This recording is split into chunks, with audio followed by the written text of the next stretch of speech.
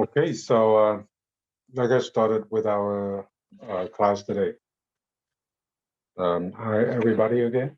Um, so today is the third day already, right? So on the first day, we did the orientation. On the second day, we went through module one, right? And today is we plan to move on to module two. So let me recap module one a little bit, and then we talk about module two. In module one, that's the introduction about introduction to OM, right? So the very first concept is we are selling goods, services, but the more important thing is we are not just selling one thing. In the modern economy, we sell a package of things, and we call it as a customer benefit package or the CBP. So the implication is, as a manager, right, to be successful, you do not just do only one thing. You have to take care of many aspects. Of course, one person cannot take care of everything, right? So sometimes you have to delegate teams so that they can take care of other aspects for you. So the second concept is we talk about the value function, right? To be successful, to survive and thrive, you need to improve the value function of the customer value over time, right? Then during last class, we talked about 5 methods to improve the value for your customers. All right. So after that, we talk about OM. So OM is a combination between art and science, so that we can deliver the package or packages successfully to the customer, right? So so again, we have to take care of many aspects because we are not just selling one thing, right? But we have to combine between art and science to do it successfully and cater to the needs of the customers, right? And the next big topic is we talk about the OM focus changes over time, right? It's a brief history, but I hope you have some sense of how important it is to stay with the trend of the field and the trend of the economy, right? Um, so when we talk about the focus, it doesn't mean that we only do one thing, but we also have other things. We still in the time wave. We still have to take care of sustainability, data analytics, try to add more values, try to reduce the cost of production. We try to improve the quality over time, right? So we are still in the middle of everything. But over time, there are big trends in the economy that we need to catch up with. Okay. The next big topic, the module one is we talk about supply chain or value chain, right? It is a network of things so that at the end, the customer will receive the, the products. And to visualize it, there are three options. First, draw the supply chain or the company, right? We can use the input-output framework. We can use a pre and post-production framework, or we can use the e-commerce framework, right? So depending on the nature of your business or the supply chain, you would need to choose one out of three and try to communicate the ideas to your clients, to your colleagues, to your partners, right? Okay, so that's the major content of module one, and I encourage you to start reading the ebook as soon as you can, review the PowerPoint, review the class notes, right? That will help you to stay current with the class. So today we move on to module two.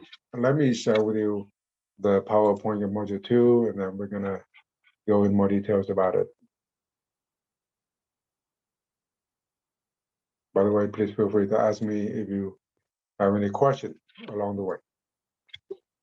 All right, so in module two, we talk about introduction to forecasting. I have to say introduction here because we try to keep it at the simple level so that you can do it, right?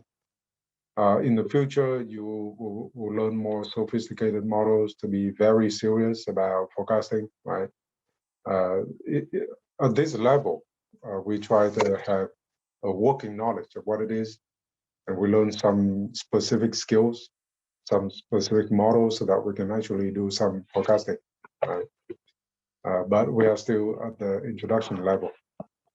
So on the cover page, you always see the number of the modules, and then down here you can see the chapter reference to the textbook chapters, right? So the corresponding chapter in the textbook is chapter 15. And in the second slide, we have the progress, right, of our class. So we are in the module 2 right here. The third one is learning objectives, is for you to go back to it, to reflect on what you already understand, what you have not, right? And then you might, what you might review more. So in this module 2, we're gonna talk about what forecasting is, different aspects, different applications, or different considerations, right? And then we talk about forecasting errors and how to measure the errors. And then finally, we learn the specific models on how to do forecasting. At the end, I'm going to show you the Excel implementation of what we do in this module 2. All right, so today and a little bit more on Wednesday, we will talk about this module 2. All right. So now, from now on, most of the time we're gonna work on the whiteboard, and of course, from time to time, I show you something in the slide or something in Canvas. Okay, so let's start module 2. And as always, I encourage you to take notes. Your handwritten notes will be very helpful for you. You can own it. You can kind of rephrase so that it really fits your understanding, right? All right, so we have module 2 about introduction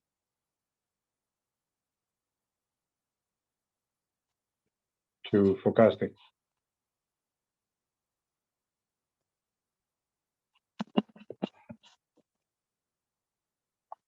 Okay, so first of all, what is forecasting?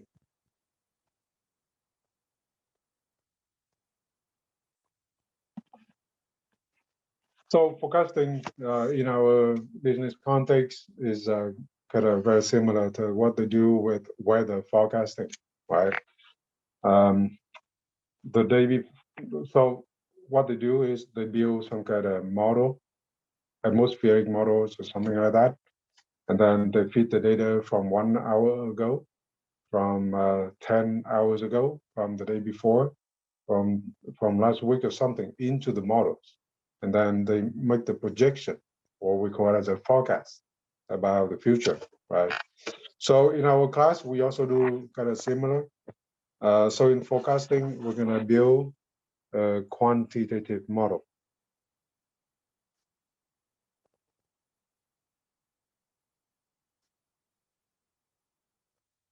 So quantitative model. And sometimes we have to try different models, right?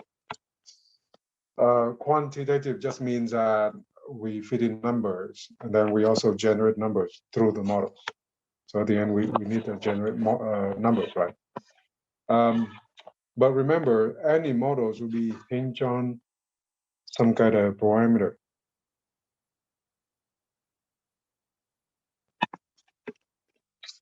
Right? It's like you have the door, but for the door to work, you have to have the hinges. So the parameters will govern how the model works, right? So that's the parameter is very important for us to know.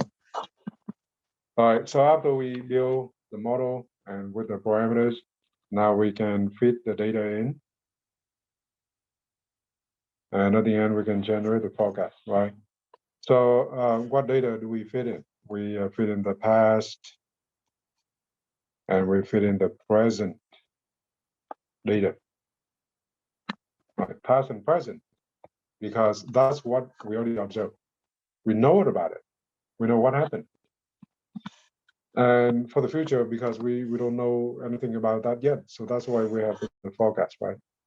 So the data is transformed within the models, and then at the end we have the forecast. So later on, we learn about the models, about the parameters, about the past and the present data, right? So this is think about that as a definition where later on we're gonna elaborate on it. The question is, why do we have to do forecasting, right?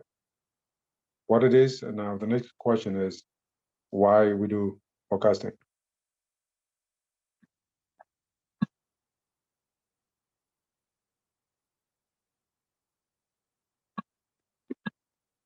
So let me draw a timeline. We are at the present, so we know what happens right now, right? And of course, the past is just we look at the past too. We can observe it too. But the future is the thing that we do not know yet, and a lot of the decisions that we make today will be effective in the future, right? So we are at the present. We look forward. That's why I draw a little eye here, right? So we're going to look forward, and we try to make decisions regarding the future. So that's why we use forecasting, so that we can get a have better informed decisions for the future.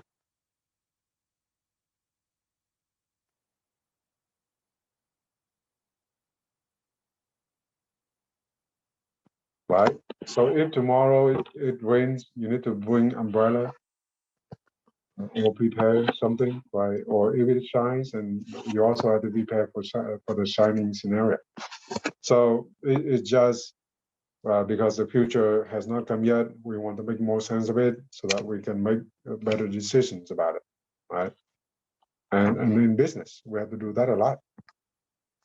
So if we know that the demand will be higher 1 month from now, we have to stock it up more, right, to meet with the higher demand. And if the demand goes down, then you do not have to carry that much inventory. You might want to run it down, right? Okay, so that's the general idea of forecasting. So next, I would like to talk about the forecasting errors. Sorry. Before that, I would like to talk about different considerations of forecasting. So considerations or application. The first consideration that we want to look at is the variables of interest.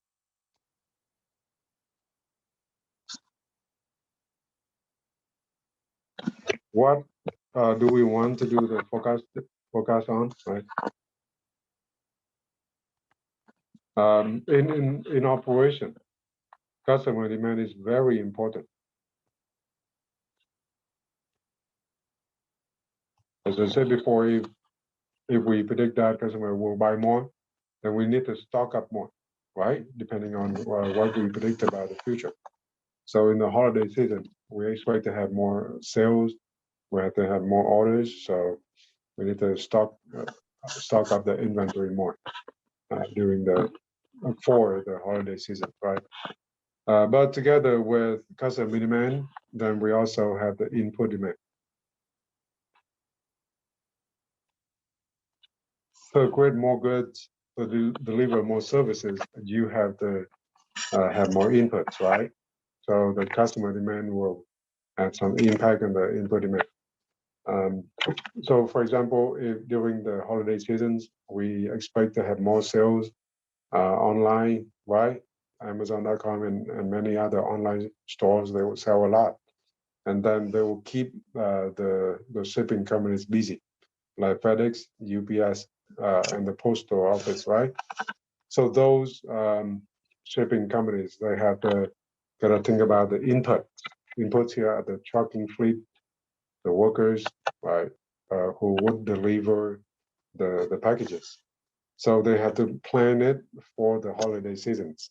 Possibly they have to hire like temporary workers, or they have to rent out the trucks so that they have enough equipment and workforce to deal with a much higher demand, much higher volume during the shopping season, right?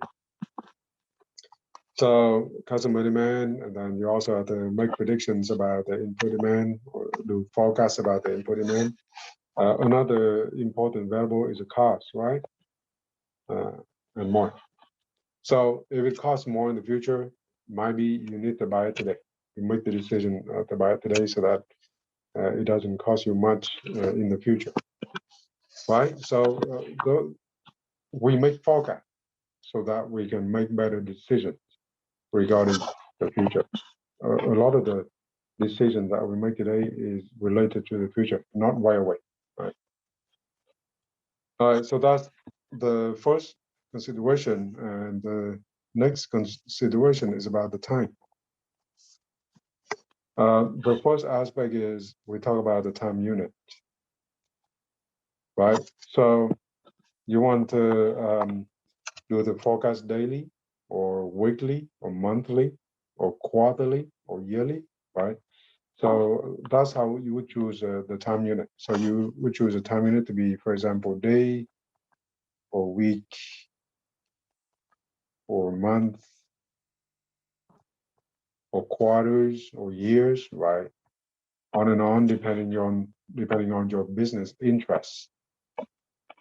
And the next aspect, related aspect, is the time horizon. The time horizon is how far out that you want to do the forecast to. Okay, so how far out?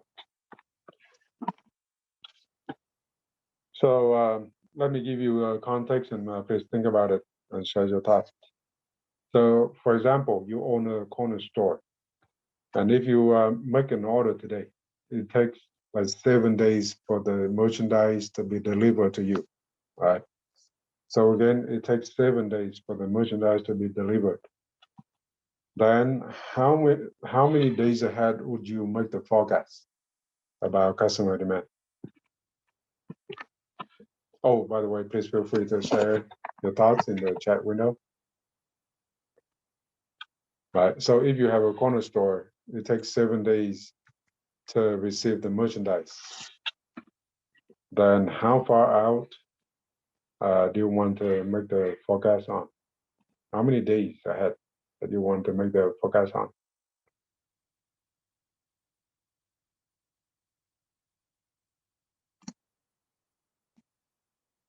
So Karina, 4 days.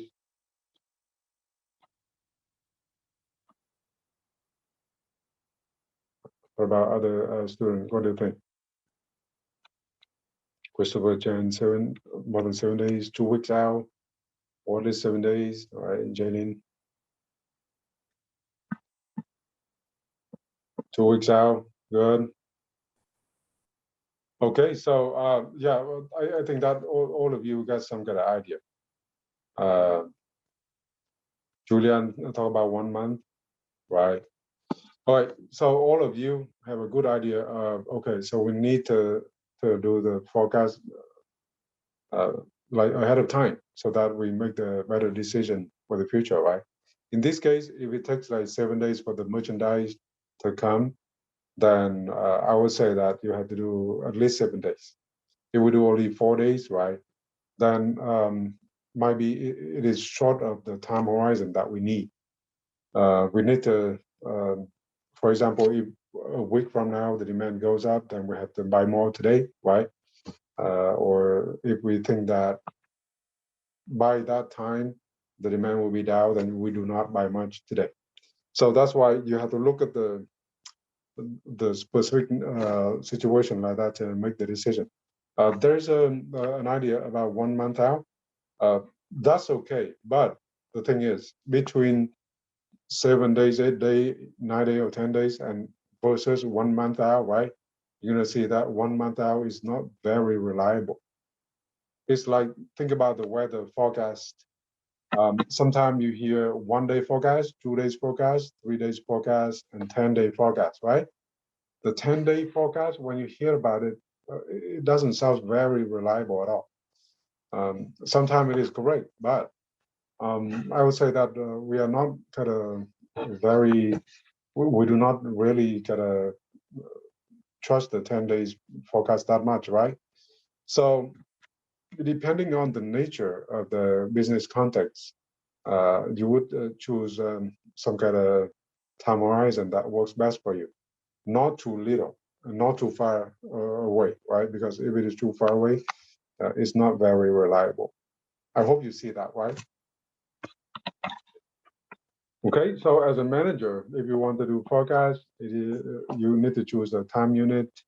You need to choose a time horizon of how much out or ahead of time that you need to make the forecast on.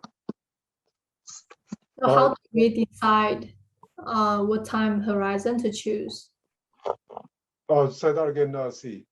I missed the first part of your question. So since we need to choose different time horizon, so how do we choose time period based on different situation? Yeah, so the clue is, for example, if it, for example, the time for the merchandise to come, right? So if you buy it today, but you do not have the inventory right away, it will come like 7 days. So you based on that 7 days to make the decision, right? You might want um, to forecast it 7 days ahead or 8 days ahead or something like that to be comparable with that shipping time. Or if we think that the holiday will come soon by in November, so it's like 2 months away. So in that case, you had to make the forecast 2 months away, right? So that we make the decision today of how much inventory that we carry, and then we have to make the orders right away. Otherwise, if we wait later on, we might be late with the wave because other sellers, they also buy the goods. And if we do not buy it today, then you might not have the chance to buy the inventory. Then you do not have the inventory to sell during the actual holiday season, right? So it's the actual business context that you have to think about and then make the decision on how much you far that you want to make the decisions on. Every day, right? Sorry, in daily life, sometimes you make the plan on the vacation, right? So you might want to make the forecast about this, for example, this winter, and then you decide on which part of the countries or which part of the world you want to go to, right?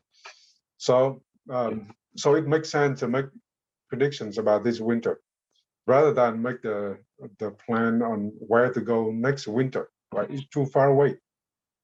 So it depends, okay? Not it is enough far away ahead of time, but not too far away because too far away is not very reliable. I hope you see that. It's a little bit general, right? Because it totally depends on the business context. Anything else? Okay, good. All right, so another aspect that we talk about here is we're gonna choose time series to do podcasts. Time series is just one kind of data, one type of data. And let me give you one example about a time series. So every day we hear news about the Dow Jones Industrial Average, right? So this is a Dow Jones Industrial Average, and we track it over time. So, for example, today is right here. That's the present. The past is here. We can observe the past. We can observe today's price, the index, right? So we can chart it up like this. then this is a picture of a time series. A time series is just a tracking of one variable over time, right? So in our class context, we try to keep it simple.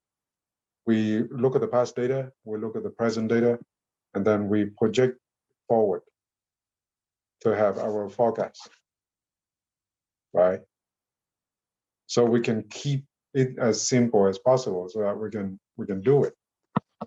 If it is not time series, it means that we have to take into account other variables. We have to we have to write out the dependence among different variables and make the forecast, right? It's much harder. In this case, it is simple because we only look at one variable. Look at the past, look at the present, and then try to project forward without invoking other variables, without any other consideration, right? So that's why our class is about introduction to forecasting. It's not like all the forecasting methods out there. So time series is, let me give you the definition for it. It's just some kind of observations of one variable over time, right? And that's why we call it as a time series. Series of observations over time. Okay, so that's the main consideration or application, right? That we do in our class context. Okay, so next I would like to talk about. Let me start the notes new so that I don't have to save one slide many times. All right, so next we will talk about forecasting errors.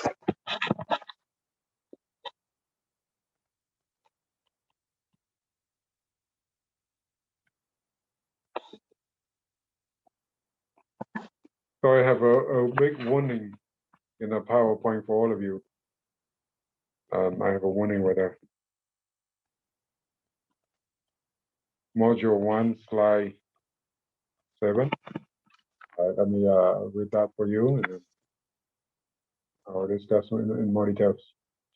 Forecasting can be substantially wrong, even with big data, right? Nowadays, we have big data in the modern time. Or every day you go to Facebook, Instagram, you browse the internet for different things, right? Then different companies, they are silently collecting the data of your browsing habits and all of the information that you look it up online, right? And then they package all of that data into like packages, and then they sell to other advertisers, companies, things like that, right? So we have big data that way. But it doesn't mean that even with million data points, we make the forecast correct every time, 100%, right? There are reasons why we might make forecast errors. Let me list them here for you. Reasons of forecasting errors.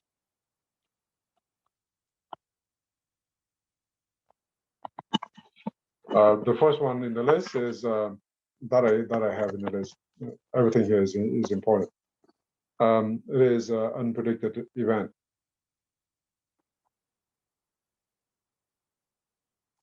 Right, the unpredicted. Nobody thought the Brexit would happen, right? But actually, it happened. A big country chose to be out of the EU, right? It's really hard to imagine before it happened, but it actually happened. And then COVID, it hit more than a year ago, and then it turns all of the forecasts, right? All of the previous plans got obsolete. So unpredicted. And then another reason is macro economic changes, right? Big changes at the macro level. Before 2008, 2009, people saw the home prices going up and up, right? A lot of people project or forecast that the prices will go even more. So they invested in a lot of properties. They try to flip the properties, actually, right? But then in 2008 and especially 2009, um, the the economy went south, right? With a lot of collapsing of the banks and companies nearly going bankrupt, right? Major automotive companies. Then properties prices go down, and then people lose a lot of money because now all of the forecasts became kind of obsolete, right? So unpredicted events, macro changes. Sometimes there are some kind of overlapping between the two, make it really hard because we are individual firms and individual consumers and producers, right? Sometimes we cannot capture all of the big things like that or unpredicted things like that. Okay, so those are the big reasons why we have forecasting errors. But there are other technical reasons too. For example, poor data. Remember, in the first slide, we say that forecasting means we feed the data into the model to generate the forecast, right? But what happens if the data are kind of poor, are not accurate, they are not reliable, right? Then our forecasts are kind of not reliable at all. So that's another reason, right? Another technical reason is we might choose the wrong forecasting models. We use models to generate forecasts, but if we choose the wrong models, then our forecast is not correct, right? Or sometimes because we have outdated parameters.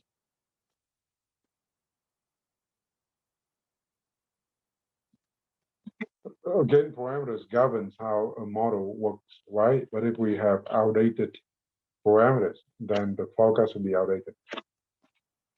All right, so these are the reasons why we might have forecasting errors. And think about it. Forecasting errors should exist, right?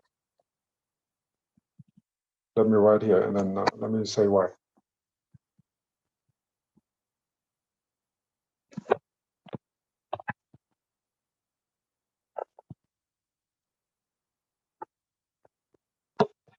Because if we do not have forecast errors, then what?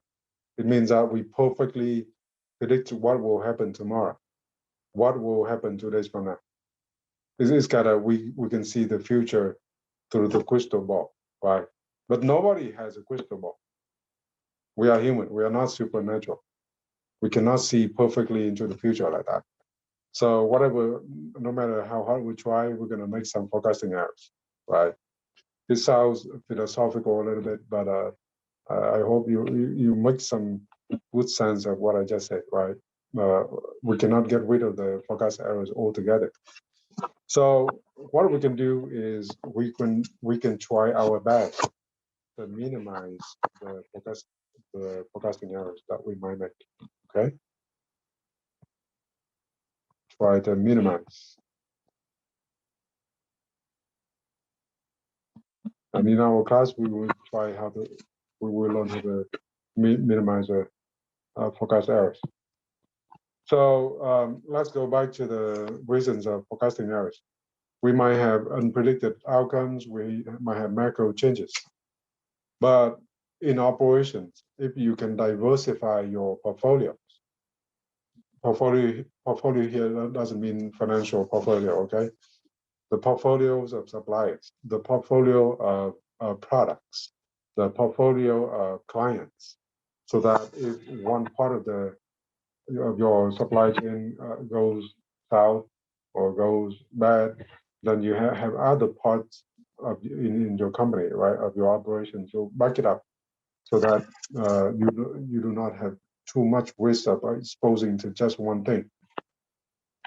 then even though you have forecasting errors, but you are still okay. Okay, so that's for the big things.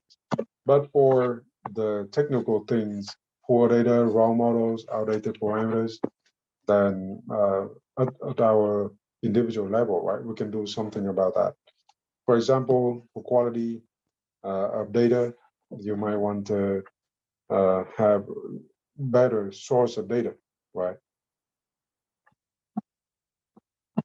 So that we can minimize the forecasting errors. Sometimes companies they have to spend a lot of money to buy good data, reliable data, and with that they make better decisions, right? For your company, sometimes you have to hire an expert.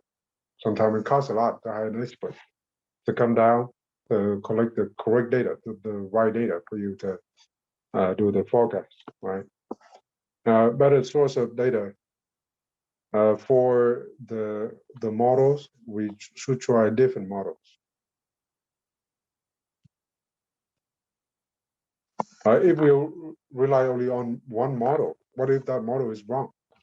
So in this case, right, we should try out different models and compare the performances among the models, right? And you might later on you might choose to work with the models that seems to be more reliable than other models. And for the outdated parameters, right? Then in our class we're going to learn how to update the optimal parameters.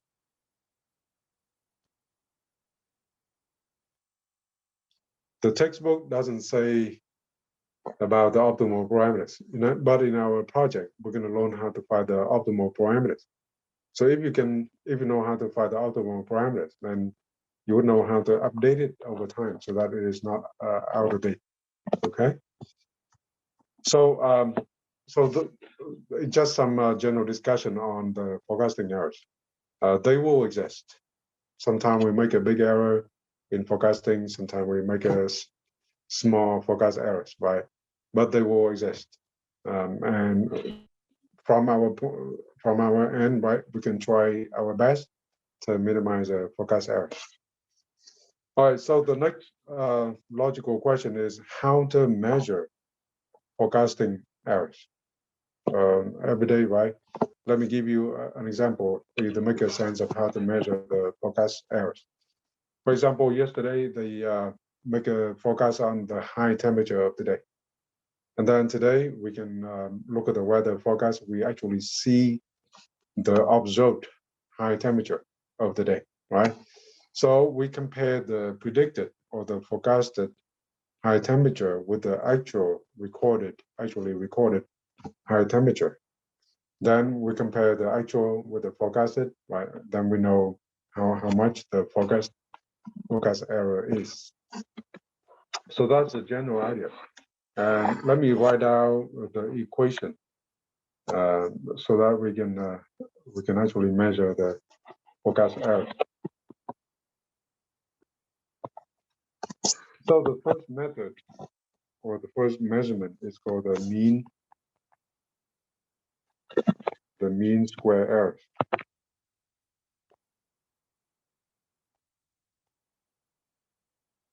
or MSE. And it goes as the following. So the symbols might look different from what you have in the textbook, but actually the idea, the notion, right, are exactly the same as what you read in the textbook. All right, so here's a question for MSE. In this case, we're gonna look at a window of n days, time window of n days.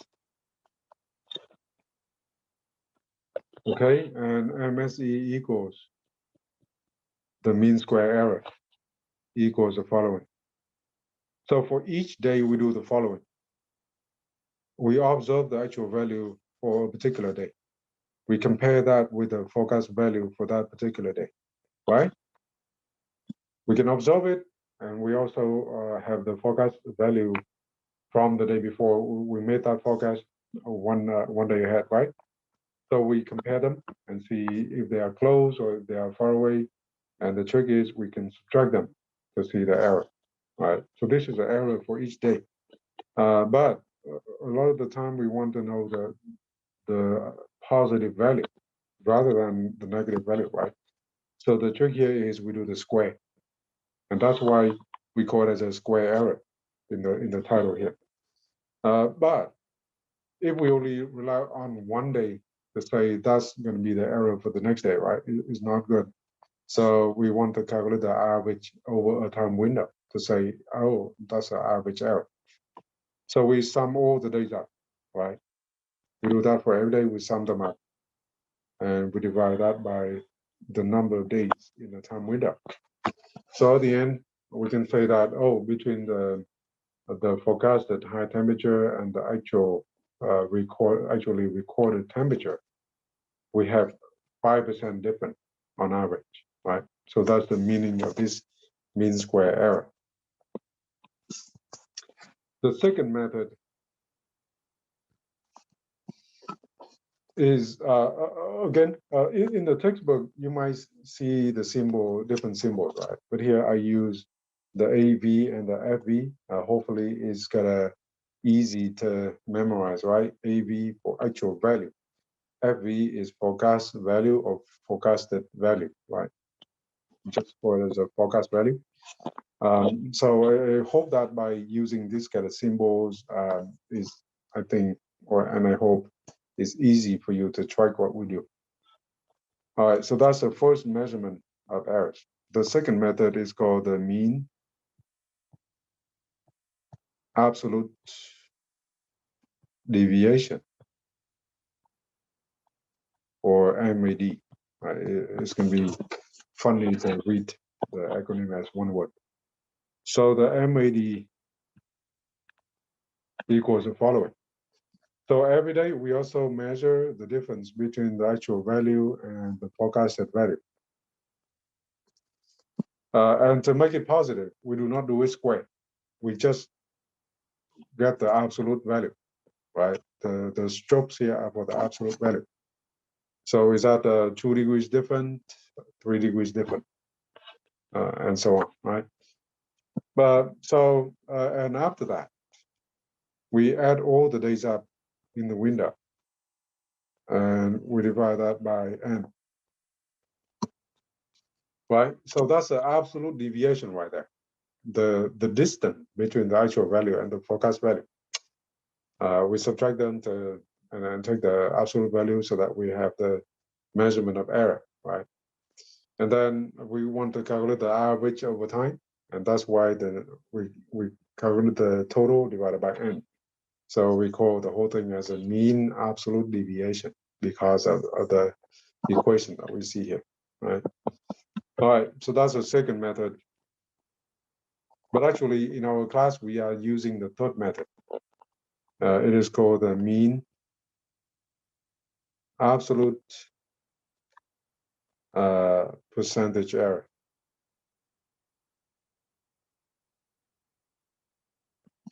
Or MAPE. Or we can call that as a MIP, okay?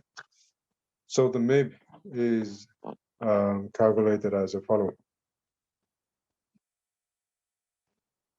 I don't have any number here, but I hope you see the general idea. Later on, we're going to have numbers in the Excel file and purchase all of these. Right? But here, we try to learn the concept first. So for each day, we do the same as before. We take the actual value, we subtract the forecast value, right? And then we take the absolute value out of it.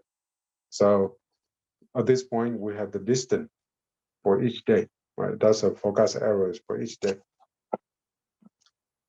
But then we do not stop there. We try to calculate the relative distance. So we divide the whole thing by the actual value for that particular day, right? And then we can say, oh, that's 2% different or 5% different, right? So we multiply this with the percentage. So that's 2% different for the day, 3% different for the day. But that's only for one day, right? We need to add these up for all the days. And then after we have the summation, we divide the whole thing by the number of days, right? So you can say that in the time window of about like 30 days or 40 days, the average difference between the forecast value and the actual value is like 2% or 3%, where 2% is better than 3%, right? Because we try to make smaller errors as much as we can. All right, so in our class, we only use a third metric for errors, for forecast errors. So we use this for our project, right? You can imagine that we will have a lot of data, we have a lot of calculation. So that's why I will not test you this in the exams at all. Not in the midterm, not in the final exam, not in the exams at all. We only use forecasting exercises in the project. All right, so no matter how technical it might look, don't be worried, okay? We will not have this in the exam. We only have that in the project. So you and your partner, under no time pressure, right, work on the project every week. And then it should be good for you to get going with the project. All right, so that's how we measure the forecast errors. So finally, the final part of the module 2 is we're going to learn the actual model to do forecast, right? So let me start the PowerPoint, the whiteboard first. All right, so in our class, we're going to learn about 4 models to do forecasting. Forecasting models. We'll learn 4 of them. The first one is called the naive model.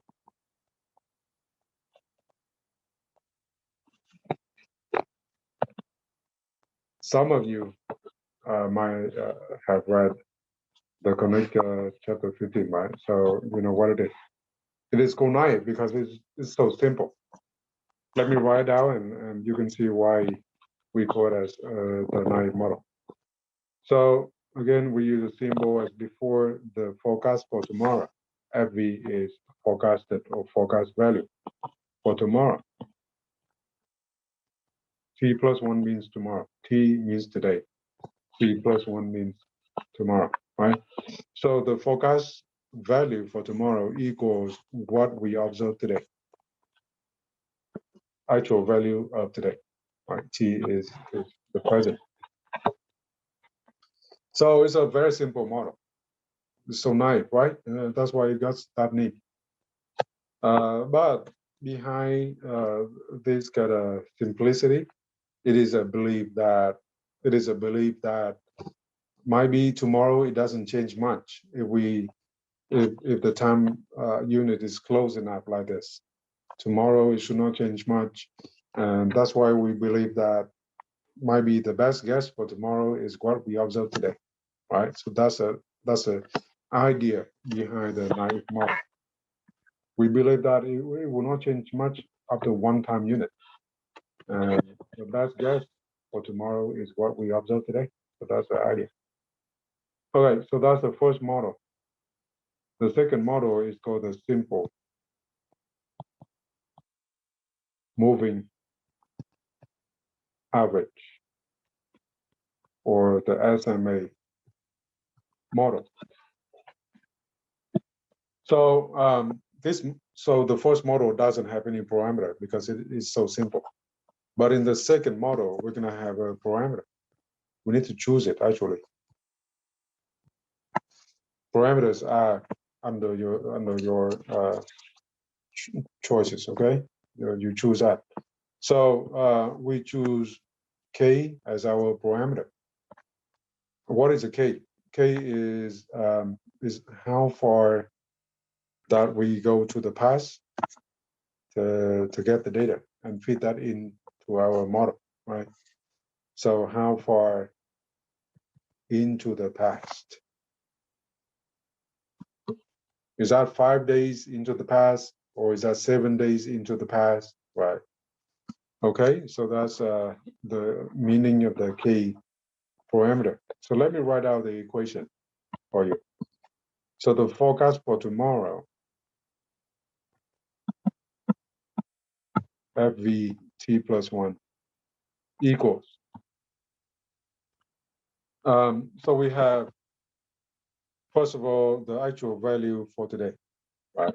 AV actual value for today plus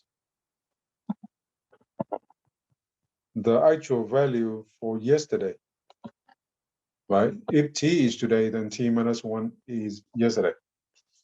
And then plus the actual value for T minus 2, which is the day before yesterday, right? These are past data, we can observe it.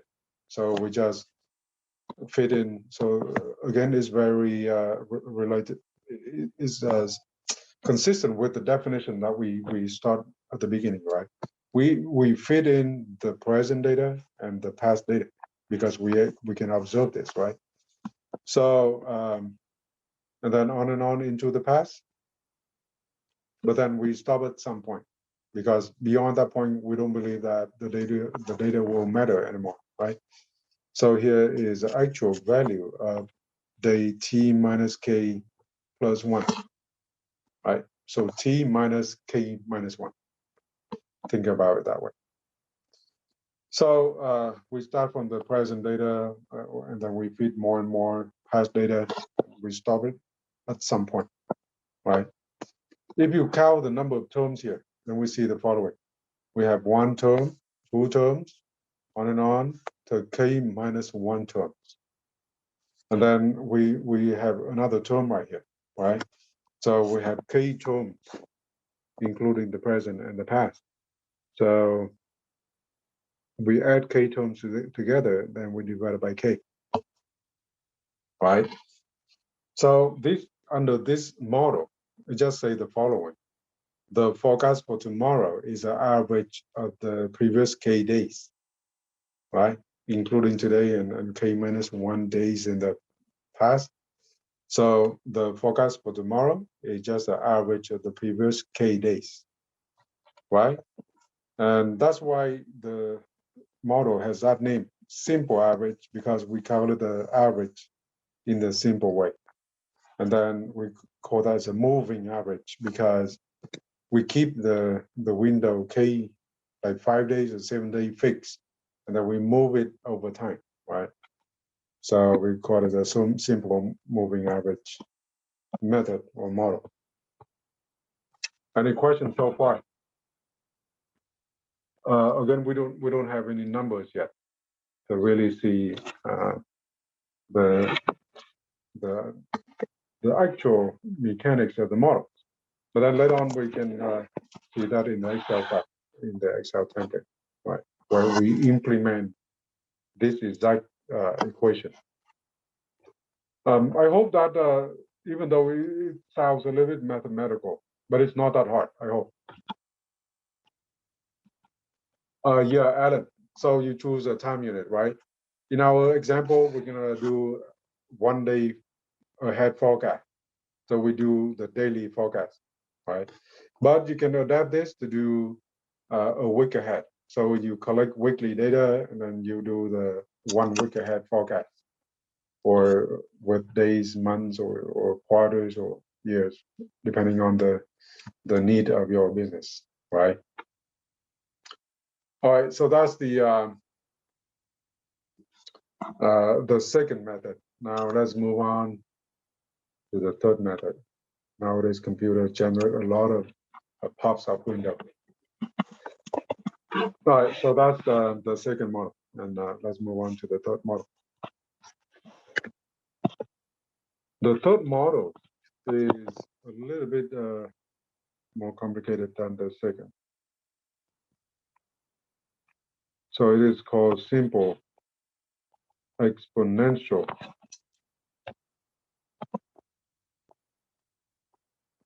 smoothing model, or SES model.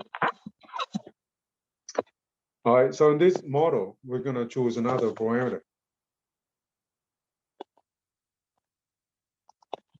So we choose an alpha. It is a number between 0 and 1. Okay, or you can say it as 0 smaller than alpha, smaller than 1. All right, 0.1, 0.2, 0.3, some numbers like that. And then here is how we, oh, by the way, the meaning of this alpha is the following. The alpha will tell us the importance of the present, right? So I can elaborate that on that like the following. So we talk about alpha and 1 minus alpha. Alpha, that is a weight that we put on the present data. And 1 minus alpha is a weight that we put on the past data. Right? So remember, forecasting means that we feed the past and present data into our model to generate some forecast, right? So the alpha will tell us which one is more important, present or past data. So if we choose alpha to be 0.5, then we have 0.5 and another 0.5. The past and the present data are equally important in our forecast. And that's what we believe in, okay? But if we choose alpha to be 0.7, then in that case, we believe that the present data is more important, has more impact on the forecast than the past data. Okay, so that's the meaning of the alpha. All right, so here is the actual equation. The forecast for tomorrow, right, will be equal alpha times the actual value for today, or for the present data, right? Plus 1 minus alpha times the forecast value for today. Remember, the forecast value for today is made yesterday. So whatever we have here is capturing the past data, right? So this one is the present data. We have the alpha as a weight for that. And then for the past data, we have the 1 minus alpha weight, right, put on it. So present data, past data, right, we combine them together to make the forecast for tomorrow.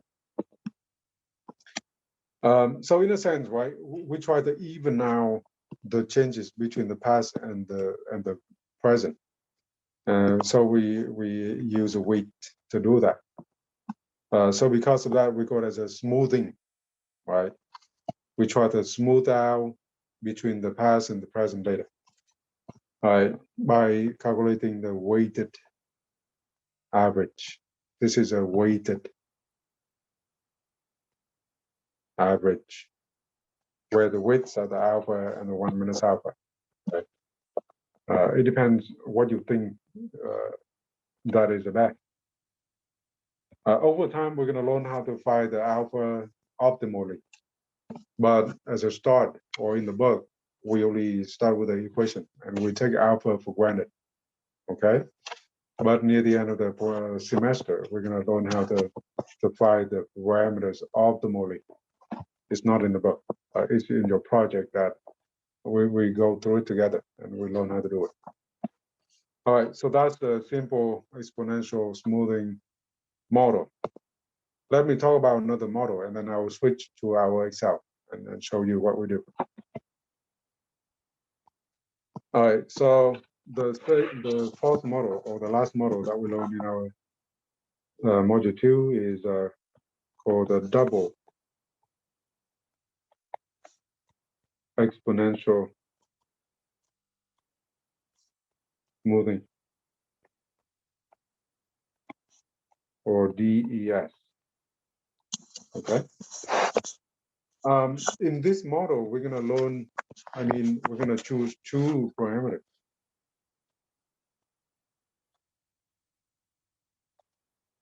We choose alpha I'm sorry, Professor. The simple exponential Model.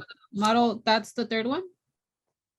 Oh, sorry. I thank you for asking that, Karina. Right. Yeah, I need to be consistent so that I do not confuse you, right?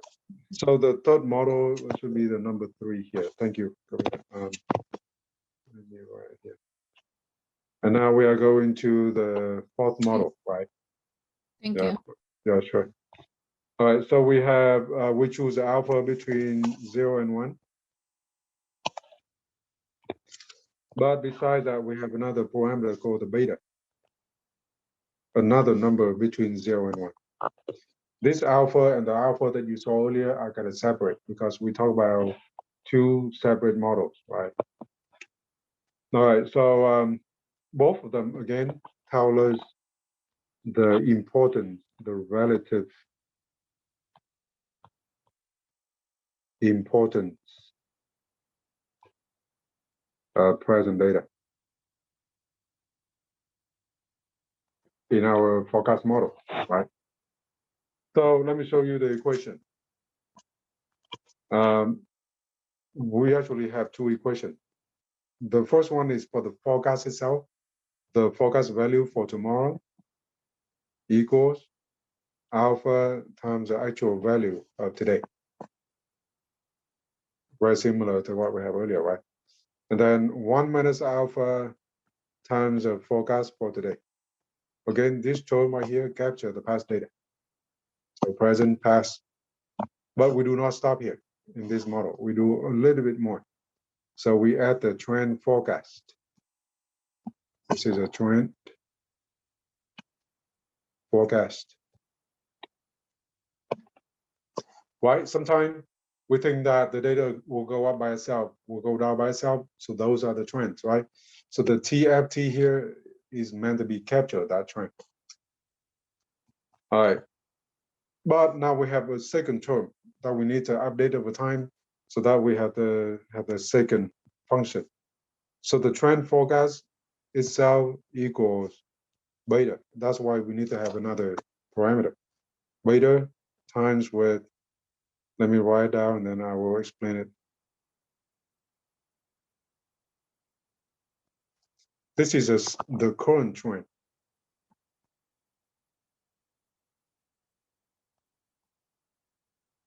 Right. So it's kind of present data. And then the second term is 1 minus beta times with the trend forecast for today. Right, remember, this is a TFT. Let me rewrite TFT. TFT is based on, or that's the forecast made the day before. So that's why it captures the past data, right? So between the 2 equations, the first part is the present data. The second part is about the past data, right? So we have the alpha for the present, the beta for the present, 1 minus alpha for the past, and 1 minus beta for the past, right? So it's in the same kind of notion like before. Okay, so in summary, we learned 4 forecast models, right? And we're gonna implement them in the Excel template that I posted in module 2. So let me show you how you can find it in module 2, and we work on that Excel template. So let me share that with you.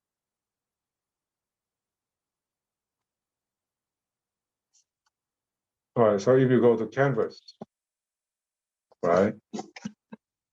By the way, I add 2 more items here.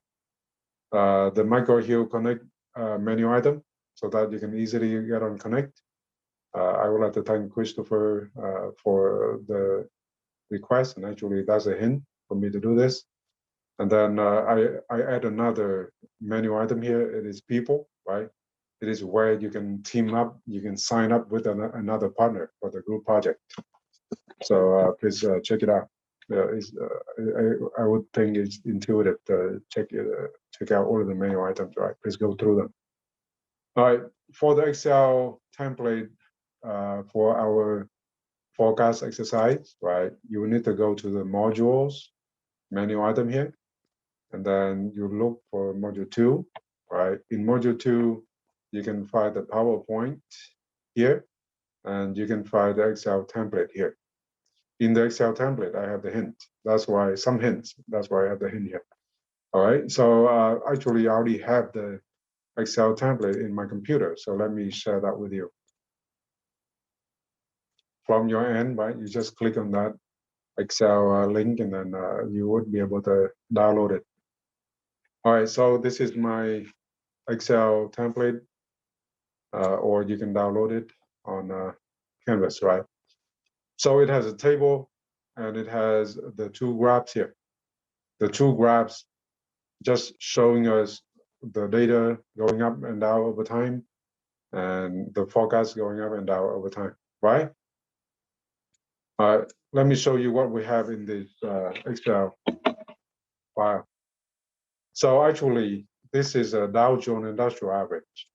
The title, the label, the Dow Jones Industrial Average is right here. That's the actual numbers over time. I try to be very up to date. So I downloaded the data from June 30th to August 16th, right? Right before the semester started. So our task is we have to go through the different columns, right? And at the end, we're gonna draw these 2 graphs. And that you would need to do in the project. So I recommend you to find your partners very soon, one member with another partner, right? And start working on the forecasting exercise right away, as soon as you can. Because everything is already there, you already have data already, so you can collect the daily data and then do the daily forecast, right? Okay, so we have the first column here is the actual date for each of the numbers that you see here. So we go from June 30th and July 1st, right, on and on and on, right? The second column tells us the weekdays of the dates. So, for example, it says here is a Wednesday for June 30th. July 1st is a Thursday. July 2nd is a Friday, right? On and on. And then we go here to a Tuesday. You know what? Because we have July 4th on Sunday, right? So July 5th is a holiday. That's why we do not have Monday here. So from Friday, we jump to next Tuesday, Wednesday, Thursday, Friday, and then we go back to Monday, right? We talk about the Dow Jones Industrial Average. So that's why we don't have the data on Saturday and Sundays at all, or any holidays, right? Where the market is totally closed up. So that's why we only have normally from Monday through Friday, and then we jump over, we skip Saturday and Sunday, right? And we go back to Monday or things like that. So how to do the second column? Let me show you how to do it. Beside the OM subject matters, right? We also try to learn some Excel skills, and I hope that will benefit you in other classes and in your jobs, right? So let's pretend that we don't have anything in this column number 2. Okay, let's do everything from scratch. I hope I can post a video, the YouTube video soon, so that I can assist you with this table. But at least in the Excel file, I already have the hints for you. So for the weekday, I will do the following. I type in equal, because any equation in Excel will start with the equal sign, right? So equal, and then I type in the weekday function, because we need to know the weekday of each of the dates, right? So we type it in the weekday function and then parentheses for the input into the function. Okay, so now we need to specify that that's June 30th. I click on June 30th. I do not type it in, okay? I click on June 30th. so that the information is in the equation.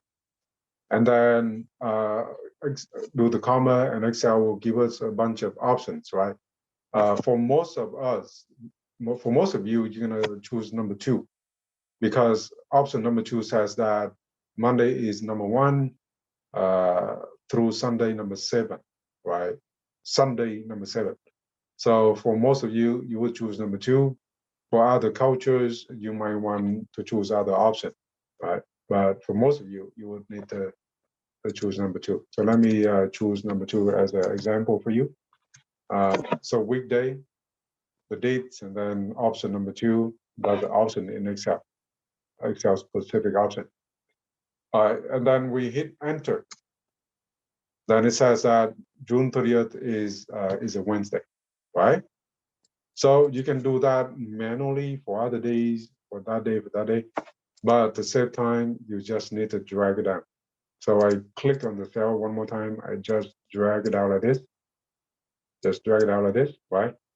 It's very convenient. Or even more drastically, let me show you the trick. You only need to specify the equation for the first cell like this. And then you move the cursor to the bottom right corner, right? Until you see the cross, right? And then you double click it. Then the whole column will be filled out for you, right? It's very convenient to use this trick in Excel. Is everybody good with that? Right? Any questions so far? Quick question, Professor. Theo, The Dow Jones, it's the closing number, right? So you're right. You're right. I'm not there yet, but because Theo gets that question. It's a very good question. Yeah. Then later on, when you collect the data online, you need to download the closed data, the closed price of the stock of the company that you are interested in. So I already choose the Dow Jones Industrial Average. You cannot choose that anymore, right? You and your partner will decide on a company that that is publicly traded on the New York Stock Exchange, and then you track the data of that stock, right, every day, and that should be the close price of that stock every day. All right. So by now, right? I hope that you already have the weekday in, so you're good with that. That's good. Do you have any website where we can do that? And later, you would go to the New York Stock Exchange, nyse.com, to collect the data. Next day, I will show it to you. Today, I'm a little bit short on time, okay? So after we got the question. Yeah. I think Excel does it automatically, right, too? So if you choose a stock, it does automatically. In New York Stock Exchange? Yes. Or in Excel? Yeah. I will show you the next day, because I just follow the order here, so that's why I'm not there yet. When I'm going to the 4th column, I'm gonna show it to you, but you can try that on nyse.com. Okay, it's very easy. All right, for the 3rd column, we just have the day 1 through day n in the time window. It's very easy. Okay, let me show you very quick for the 3rd column. And let me show you the trick on how to do this column very quickly. So I type in number 1, day 1, right? And then we have day 2, and then we have day 3, right? And then you highlight, oh, I'm sorry, I go all the way down. Go back up. All right, I type in day 1, day 2, day 3, and then I can move the cursor. I highlight all 3 days together and move the cursor to the bottom right corner, right? And then you just drag it down, or you can double click it. Then you have the whole column done. So on Wednesday, we continue with this column 4, do some more column, and I think you will have a good start with the forecasting exercise, okay? So let's try something basic and simple first, and then we're gonna do more over time. So thank you all for joining me today. I'm gonna see you back on Wednesday. Please start everything soon. Then you stay current with the class. You will not get overwhelmed at all. thank you all, and I will see you back on Wednesday. Thank you, Professor. See you later. Okay, see you, Matthew.